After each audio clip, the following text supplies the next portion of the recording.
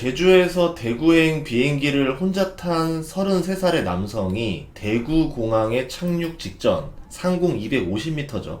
착륙 전이라 모든 승객과 승무원이 모두 자리에 앉아서 안전벨트를 메고 있는 상황인데, 이때 승무원이 없는 비상구 쪽으로 이 남성이 걸어갑니다. 승무원은 문을 열면 안 된다라고 자리에 앉아요라 소리쳤는데 승객이 결국 비상문을 개방했죠. 그리고 뛰어내리려고 했고 승객과 승무원들이 잡았고 비행기는 착륙을 했습니다. 그 사이 비행기로 강한 바람이 들어와서 호흡 곤란을 느낀 승객들이 있었어요. 그래서 일부는 응급실로 실려갔습니다. 응급실로 가지 않은 승객들이라고 해서 다치지 않은 게 아니죠. 정신적 충격이 클 겁니다. 앞으로 이 사람들이 비행기를 탈 때 얼마나 공포를 느끼겠어요. 이 사건으로 인해서 앞으로 많은 사람들이 비행기를 꺼려할 수도 있다는 거죠. 이렇게 되면 항공업계 전체의 손실인데, 이런 일이 발생하지 않는 게 더 중요하다고 생각해요. 그러면 고객들은 마음 놓고 비행기를 더 타려고 할 거고, 여행 5번 갈 거 7번 가고 8번 가겠죠. 그러면 항공업계 전체의 파이가 커지는 거기 때문에 당장의 이익이 아니라 지금의 이익을 약간 포기하더라도 더 큰 파이를 키우는 게 낫지 않을까, 이렇게 생각을 합니다. 그래서 영상을 찍는데요. 수사를 한 결과 이 남성은 술을 마시지 않았다, 그리고 횡설수설했다, 자살을 하려고 했던 게 아니냐는 의심을 받고 있습니다. 고도가 높을 때는 기압차로 비상문이 열리지가 않습니다. 그리고 비상문 여는 법이 익숙하지 않을 건데 굉장히 빨리 열었어요. 알고 있다라는 거죠. 착륙 전에 고도가 적당히 낮아졌을 때 그때는 비상문이 열려요. 그리고 본인이 비상구석에 앉은 사람도 아니었어요. 착륙을 할 때쯤 되면은 승무원들이 착석 상태로 있어야 되거든요. 그 타이밍을 노렸습니다. 그것도 승무원이 없는 방향에 비상구로 가서 문을 열었다라는 거죠. 그리고 뛰어내리려고 했다라는 점. 이런 점들을 봤을 때 이건 작정한 사람의 범죄이기 때문에 승무원의 잘못이다, 이렇게 말할 수 있는 게 아니라고 봐요. 당시 상황에서 승무원들과 승객들이 최선의 선택을 했습니다. 그리고 최선의 결과를 만들어냈다라고 봅니다. 미국 유나이티드 항공에서도 한 승객이 비상문을 열려다가 제지를 당했었어요. 그런 다음에 쇠숟가락으로 협박을 하는 사건이 3월달에 있었는데요. 미국 법상 종신형까지 나올 수 있는 범죄입니다. 그 이유는 본인만 피해를 주는 게 아니라 전체에게 피해를 주는 거고, 여기에 대해서 체벌을 약하게 주면은 다음 범죄가 계속 나올 수가 있겠죠. 항공기를 가지고 범죄를 하는 행위는 굉장히 위험한 행동이고 많은 사람들 피해를 주는 겁니다. 그렇기 때문에 처벌을 세게 해야 돼요. 중국에서는 공기가 답답하다면서 비상문을 연 승객도 있었어요. 2019년에 일이었었습니다. 비행기가 착륙하고 나서 이제 나가는데 기다리는 시간이 오래 걸리잖아요. 그게 답답하다고 비상구 문을 열고 나가는 중국 승객들이 많아서 골머리라는 뉴스들도 있었습니다. 비상구석은 그만큼 외국에서도 사건 사고가 빈번한 곳이거든요. 본인만 피해를 입는 게 아니라 승객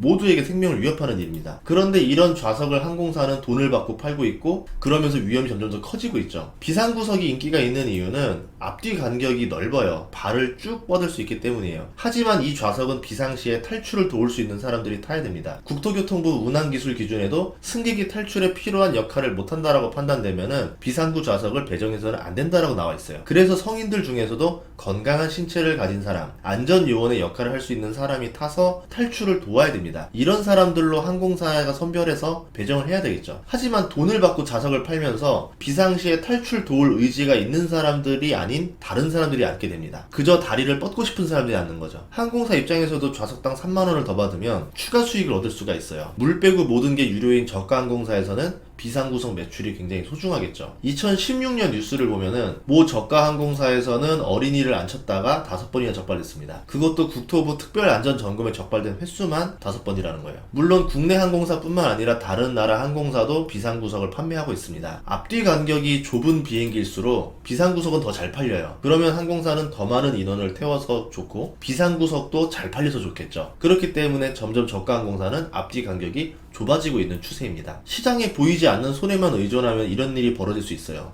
더 불편하게 만들어서 고객이 더 비싼 돈을 내게 할 거고, 비상구석은 당연히 더 프리미엄을 받는 자리가 될 겁니다. 그러면 내가 이 돈을 더 냈는데 왜 탈출을 도와야 되느냐, 이런 승객들이 나올 수 있다는 거예요. 나중에는 점점 앞뒤 간격이 좁아져서 반쯤 서서 가는 승마 자세로 나오는 비행기가 나올 수도 있겠죠. 실제로 이런 뉴스들이 종종 있긴 있습니다. 하지만 모든 승객의 안전을 위해서 약간의 수익을 포기하더라도 저는 새로운 제안을 해보고 싶어요. 비상구석에 군인, 경찰, 소방관들에게 할인석으로 제공해주면 어떨까 생각해봅니다. 미국에 갔더니 군인들은 비행기에 먼저 탑승할 수 있게 해주더라고요. 이걸 보고 굉장히 놀랐거든요. 군인을 대우해주는 나라 미국에서도 육군 모집에 애를 먹고 있다고 해요. 우리나라도 저출산 그리고 직업군인에 대한 인기가 많이 떨어지고 있습니다. 군인들은요 소득도 우선 적고 해외여행 가기가 진짜 어려워요. 절차가 정말 까다롭습니다. 신혼여행 빼고는 거의 포기하고 있어요. 이런 작은 것들이라도 군인, 경찰, 소방관들을 좀 더 대우를 해주면은 지원자들이 더 늘어나지 않을까. 그러면 결국 혜택을 보는 건 국민들이거든요. 이를 위해서 할인석을 제공하면은 비상구에 대한 문제도 해결이 되잖아요. 그래서 이런 아이디어는 어떨까 생각을 해봅니다. 일반인들도 안전교육을 이수한 사람은 탈 수 있게 하고